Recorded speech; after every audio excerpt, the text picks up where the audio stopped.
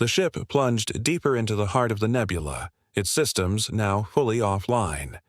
The stars outside had disappeared completely, swallowed by the thick, suffocating fog that surrounded them. The crew, once filled with a sense of duty and courage, now felt the cold weight of fear pressing down on them. Captain Ryland stood at the helm, his hands gripped tightly on the console as the ship's sensors flickered on and off.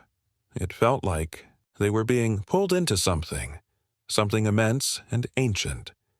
The darkness outside seemed to stretch on forever, but still the voice echoed through their minds. "We've been waiting for you. Captain, we're not going to survive this if we keep going," Jackson said, his voice tight with apprehension. "This is madness.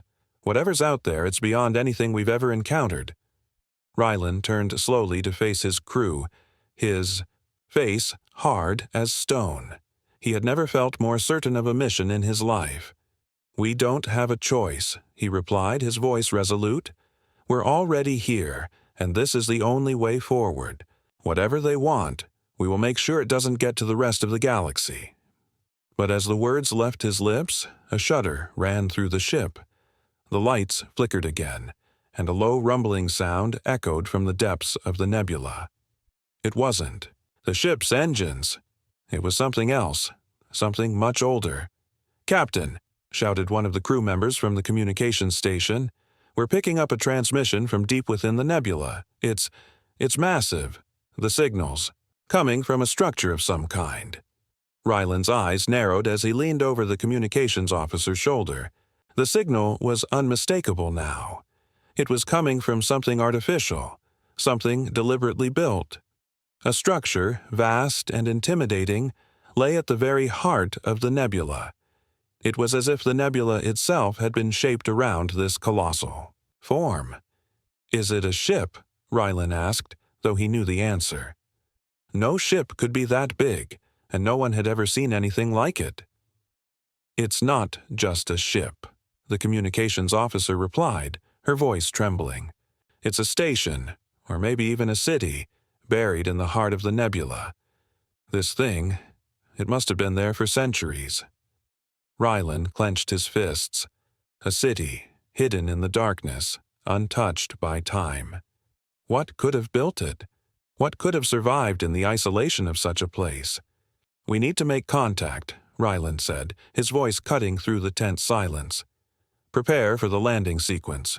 We're going in." As the ship moved closer to the structure, an overwhelming sense of dread settled over the crew. The walls of the nebula seemed to press in on them, like a living thing, as if the galaxy itself was holding its breath. They moved slowly, cautiously, as the immense structure grew larger on their screens.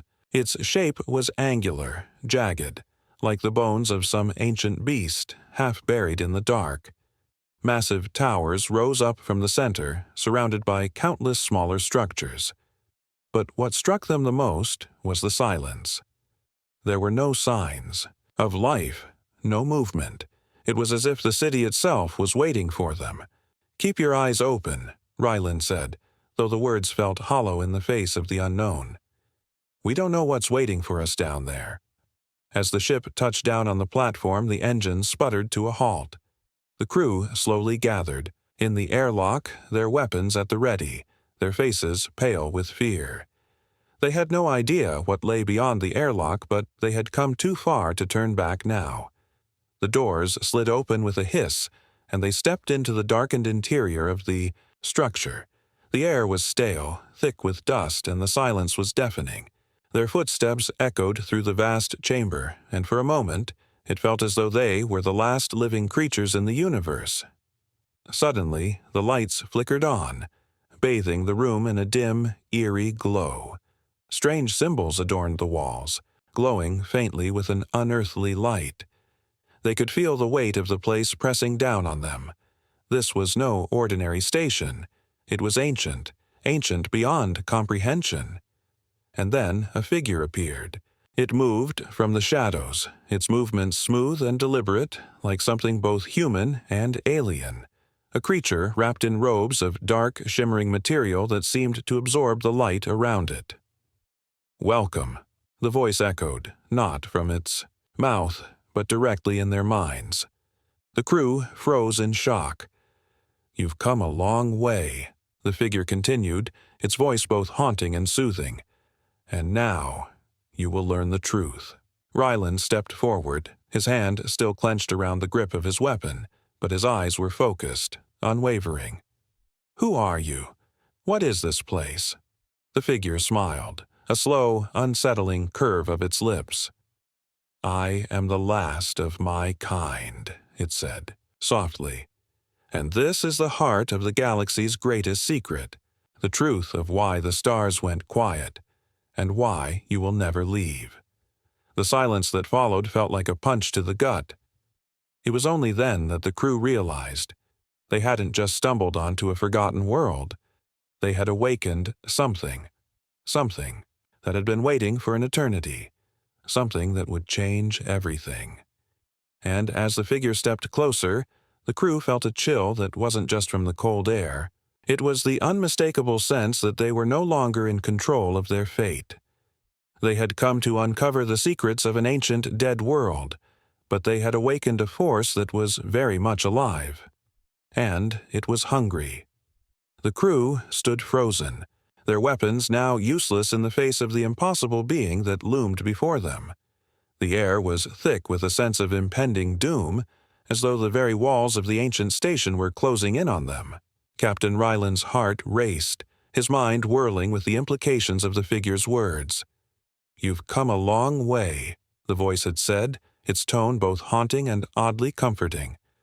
"And now you will learn the truth." But what truth? What had they uncovered by stepping into this forsaken place? The very idea of learning something ancient and forbidden stirred both fear and curiosity in the crew, yet there was no time to hesitate. The figure, an enigmatic being of shadow and light, moved with unnatural grace, its dark robe flowing as though it were part of the very darkness itself. It stepped closer, and the crew instinctively backed away, their boots scraping across the cold metallic floor. Ryland felt the oppressive weight of its presence pressing down on him, as if the air itself were growing denser by the second. "Do not fear," the figure's voice echoed again, this time resonating deep within their minds, drowning out all other thoughts. "You will understand soon enough." One of the crew members, Lieutenant Zara, couldn't hold back any longer. "What are you?" she demanded, her voice shaky but filled with determination. "Who are you, and why are we here?" The figure paused, and for a long moment it seemed as if the entire station held its breath. Then, slowly, it raised its hand, and with a gesture as fluid as the darkness around them, the walls of the chamber flickered to life.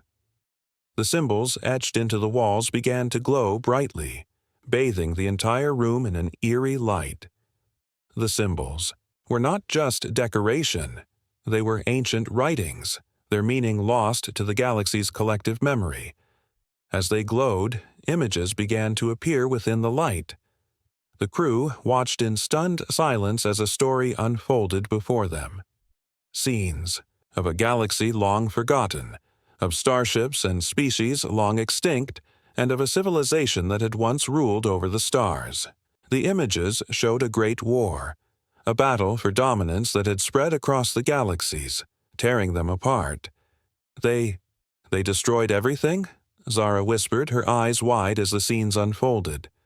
"Why?" The figure nodded, its form seeming to shift with the movement.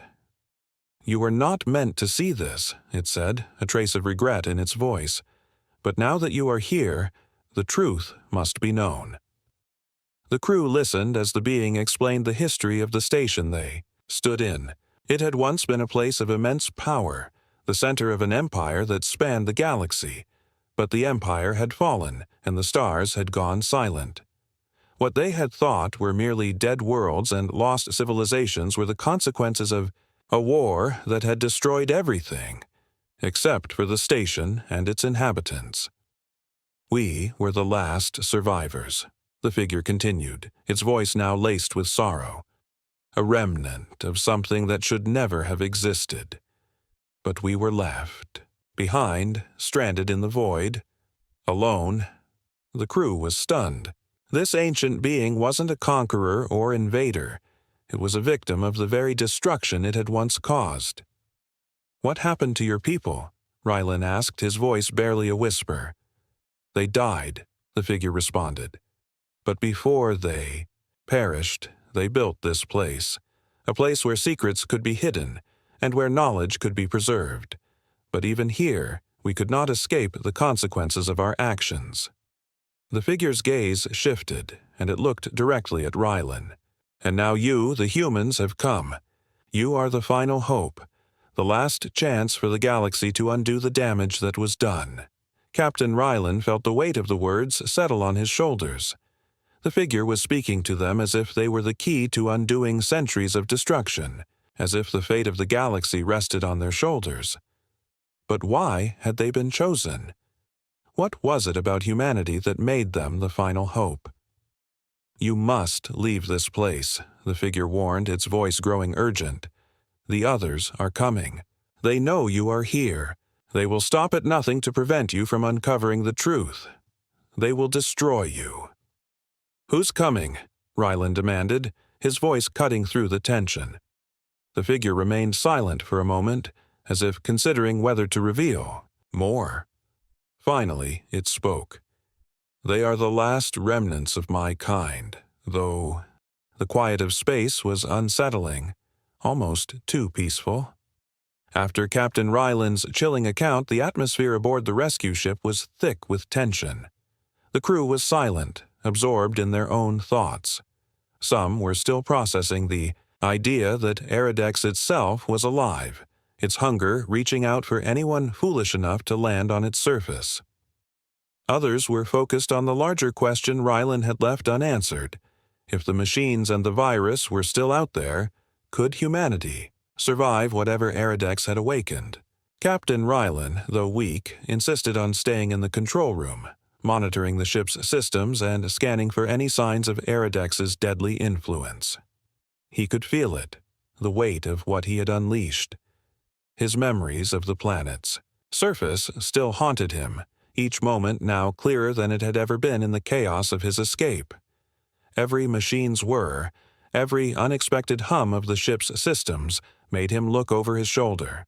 He couldn't shake the feeling that Aradex was still watching them, still calling to them from the dark void of space. In the ship's control room, Commander Jackson paced nervously. The more they learned about Aradex, the more questions arose. Rylan had told them about the planet's ability to influence and twist the minds of those who stayed too long. But now, Jackson was thinking about the rest of the galaxy. What if Aradex wasn't just a threat to those who stumbled upon it? What if it could reach farther? Could it turn others into its prey, just like it had with Rylan's crew? Jackson pulled up a star map and zoomed in on the region of space surrounding Aradex. What if the planet has already begun spreading? He muttered, his finger tracing the edge of a nearby sector. What if it's not just a local problem anymore? His thoughts were interrupted by a sharp beep from the ship's scanners. A signal, faint but unmistakable, pulsed from the far reaches of space. It was too weak to be a distress call, yet it carried a strange, haunting familiarity.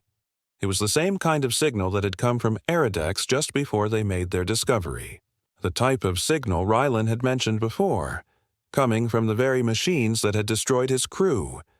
"Get me a full analysis," Jackson ordered, his voice cold and commanding. The crew scrambled to assess the signal, running diagnostics, checking for any signs of Aradex's influence. As the minutes passed, the readings grew more troubling. The signal wasn't just a distress beacon. It was an automated transmission, and it had been broadcast from deep within uncharted space near the location of the original Aradex mission. This couldn't be a coincidence. The planet had sent out its call, and now others had responded. Jackson turned to Rylan, who had been watching the data closely. The captain's face had gone pale once more, and he spoke before Jackson could ask. "They've activated it," Rylan whispered. "The planet, it's not just a death world, it's a gateway, and now it's opening. The machines are looking for something new to consume, The gravity of Ryland's words sank in like a stone. Jackson realized they were no longer facing just the aftermath of a terrible mistake. They were on the brink of something far worse, an invasion, and not by any species they had ever encountered. No, this would be an invasion from something more terrifying, something far older, far more deadly than any race of alien beings the galaxy had ever known. A sudden chill ran through the crew. The stars outside the ship's windows, once distant and cold, now seemed to mock them, as if they knew something. The humans didn't. "Is there any way to stop this?" Jackson asked, though the words felt hollow. He knew the answer already. They had no weapon that could fight this, no fleet that could face it. The only thing they could do now was survive. Ryland shook his head slowly. "The only thing we can do is warn others. If we don't stop this now, the machines will keep spreading. They'll destroy everything they touch." The crew had only just begun to understand the full scope of the disaster ahead. Iridex had unleashed something far worse than the deadly viruses, the machines, or the predators of the planet. It had awakened a force, an ancient force, that could change the very fabric of the galaxy. And now that force was spreading, finding new ways to corrupt and consume all in its path. With every passing moment, the crew knew their chances of stopping it were slipping away, but they couldn't just sit back and watch. They had to act. Jackson turned to the comms officer. "Send out a message to the fleet. We need every available ship to respond. We don't know what we're up against, but we need to prepare for a war like none we've ever seen." As the message was transmitted, the crew readied themselves. No one knew what awaited them in the deep black of space, but one thing was certain. The horrors of Iridex were far from over, and humanity's only hope now lay in the hands of the survivors who had lived to tell the tale. And so, with the unknown looming on the horizon, the battle for the galaxy's future began, with the crew of the rescue ship caught in the middle of a nightmare they could never have imagined. The galaxy was in peril, and the countdown to humanity's survival had started. The silence aboard the rescue ship had grown unbearable. The crew sat in tense stillness, eyes locked on their stations, but their minds were far from the tasks at hand. Captain Ryland stood at the front of the control room, his expression grim, as he watched the stars flicker outside the viewport. The message had been sent, the warning broadcast across the galaxy, but it felt like no one was listening. The terror that had begun on Iridex was still spreading, and the machines, whatever they were moving faster than anticipated. Jackson walked up beside the captain, studying the data on the ship's console. The automated signal was still, active, echoing through space. It wasn't just a single message anymore, it was a pattern, a growing web of transmissions coming from different locations. It was as if the machines were calling out, reaching toward more planets, more ships, more life forms. They were building something, and the galaxy had no idea how to stop it. "Captain," Jackson said, his voice steady but filled with urgency. "We're getting more signals now. This isn't a coincidence anymore. It's like they're coordinating. We need to figure out where this is coming from and why they're spreading so fast." Ryland didn't answer right away. His eyes were distant, lost in thought, as he wrestled with the knowledge that humanity might not be able to stop what was happening. But there was no time for doubt. They had to act, and they had to act quickly. "We can't waste any more time," Ryland said finally, turning toward Jackson. "The fleet's still too far out. We need to head straight to the source. If we can't find out where this is coming from, we'll never stop it.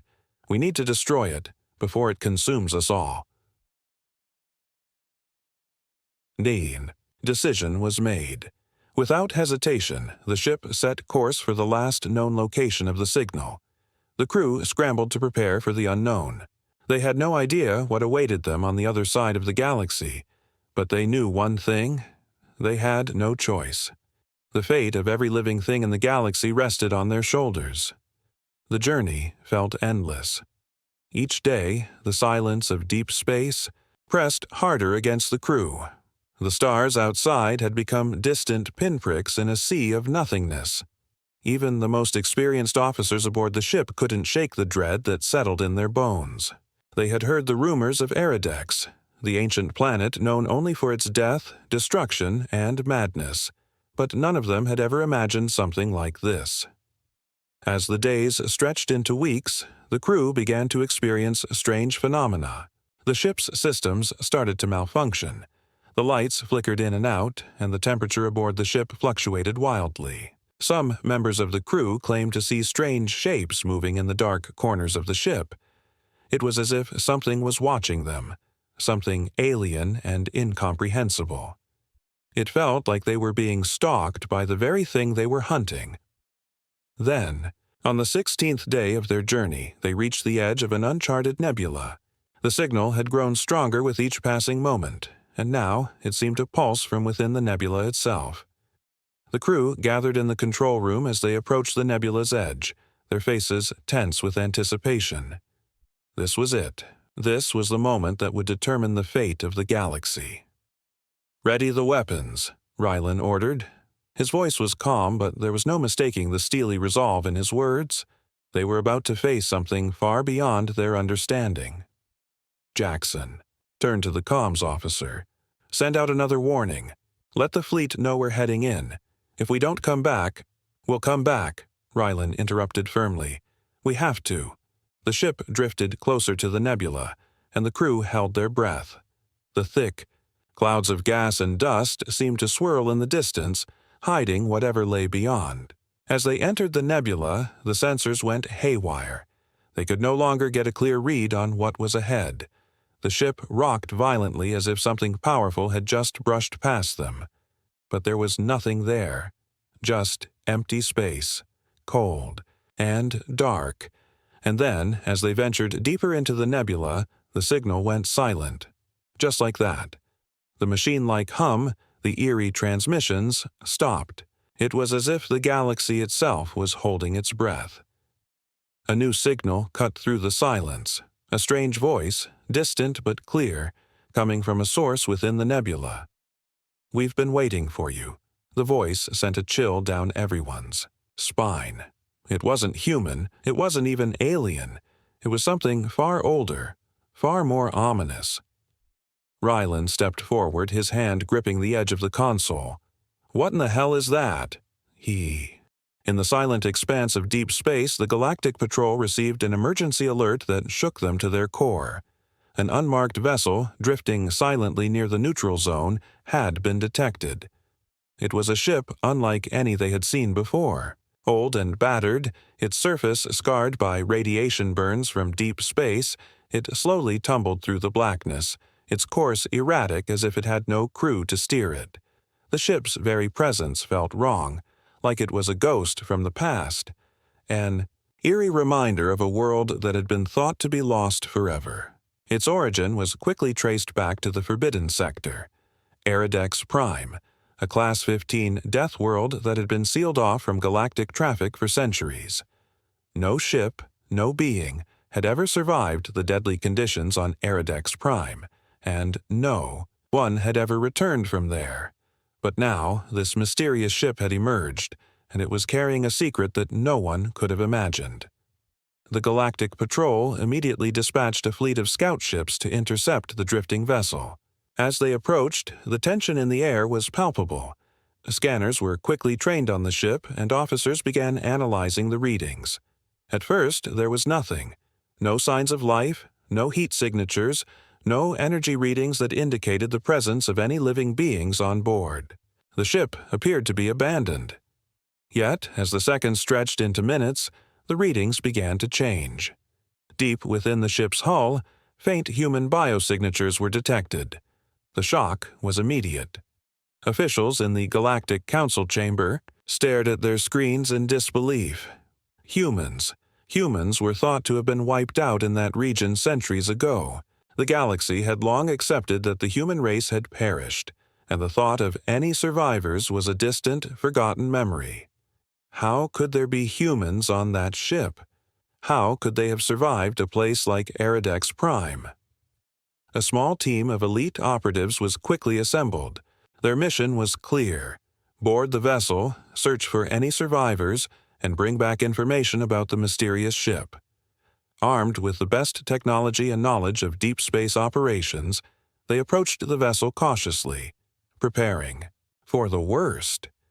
The team entered through a breach in the hull, their boots echoing softly as they stepped into the abandoned corridors of the ship. The interior of the vessel was even more disturbing than its exterior. It was dark, the air thick with dust and the scent of old machinery. The lights flickered in and out, casting long shadows on the walls.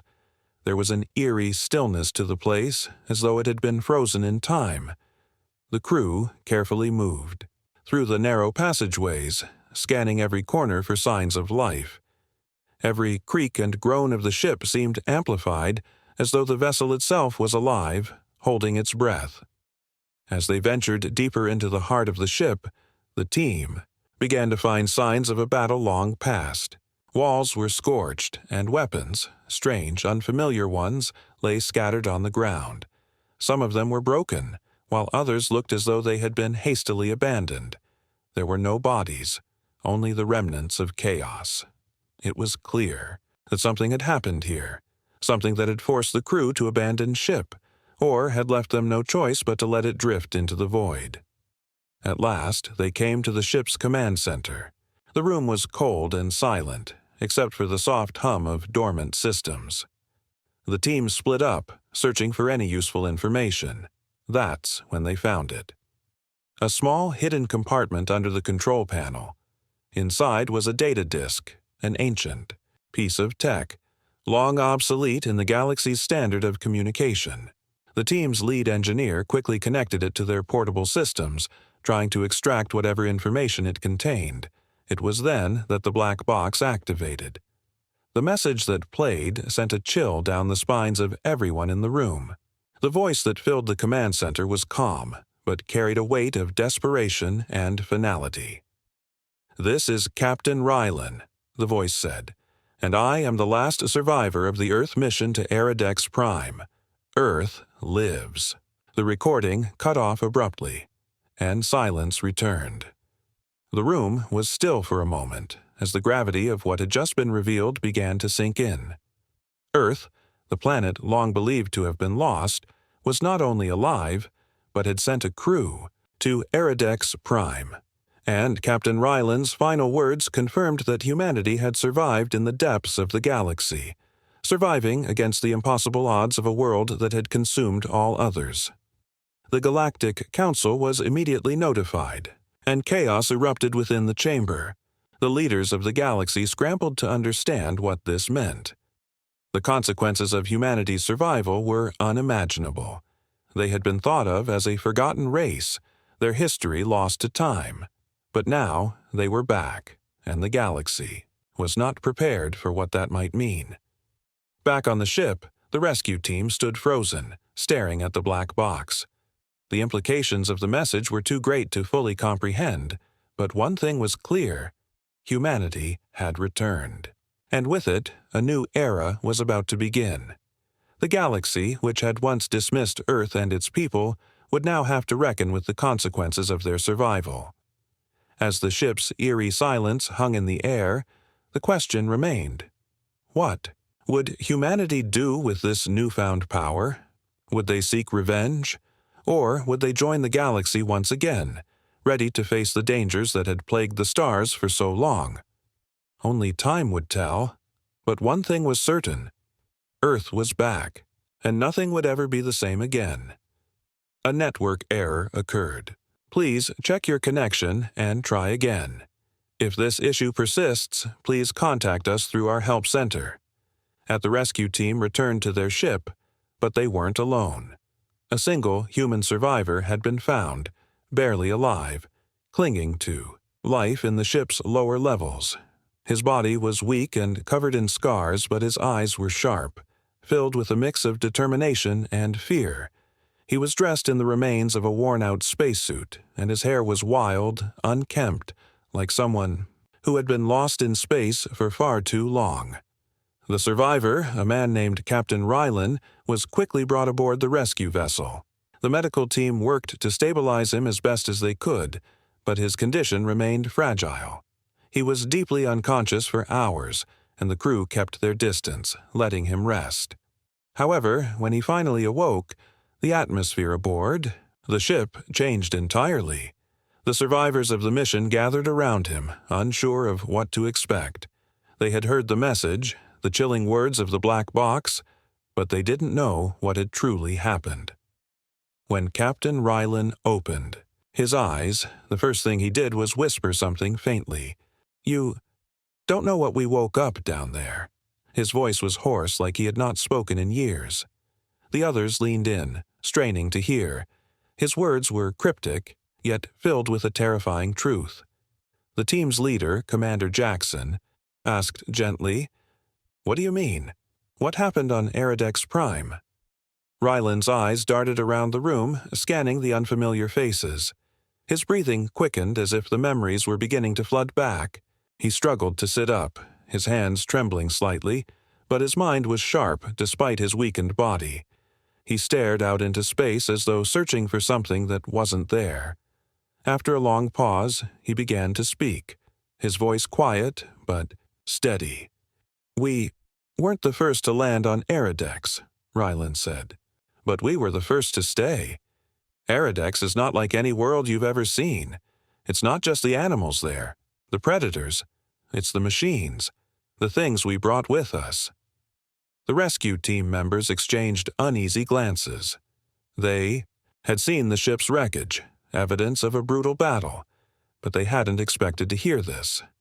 Ryland continued, "We thought we were prepared. We thought we could tame the planet, conquer its wilderness, but we didn't realize it was the wilderness that had been taming us, that it had been waiting for us." He paused, his face pale and drawn. The memories seemed to overwhelm him as his eyes glazed over. For a moment, the room grew tense, the silence thick as everyone waited for him to continue. They had technology, ancient technology. The machines were buried beneath the surface, dormant for centuries, waiting for a new species to awaken them. We activated them. At first, they helped us, but then they began to change. They started learning, adapting, evolving. Ryland's hands shook, and he gripped the edge of the table, his knuckles white. They learned how to hunt us. The machines. They knew how to track us. They became smarter, faster, more dangerous. He inhaled deeply, trying to steady himself, before continuing. "And then we discovered something even worse. There was a disease on that world, a virus buried in the soil. We thought it was a myth, but it wasn't. It infected us. It spread quickly, changing us, turning us into something else. Something not human." The crew's faces turned pale as Ryland spoke of the horrors they had faced. The idea that humanity, once thought to be indestructible, could be turned into prey was a terrifying thought. But the worst part was still to come. "The worst part wasn't the machines or the virus," Ryland whispered. "It was the planet itself. Eridex. It was alive. It wanted us there. It called to us. And it didn't just want to kill us. It wanted to consume us. Every day we stayed, the planet grew stronger. The longer we were there, the more we lost.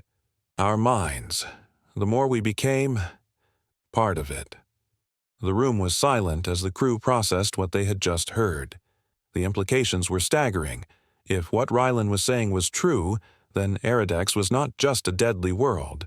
It was a sentient one, capable of manipulating its inhabitants, turning them into something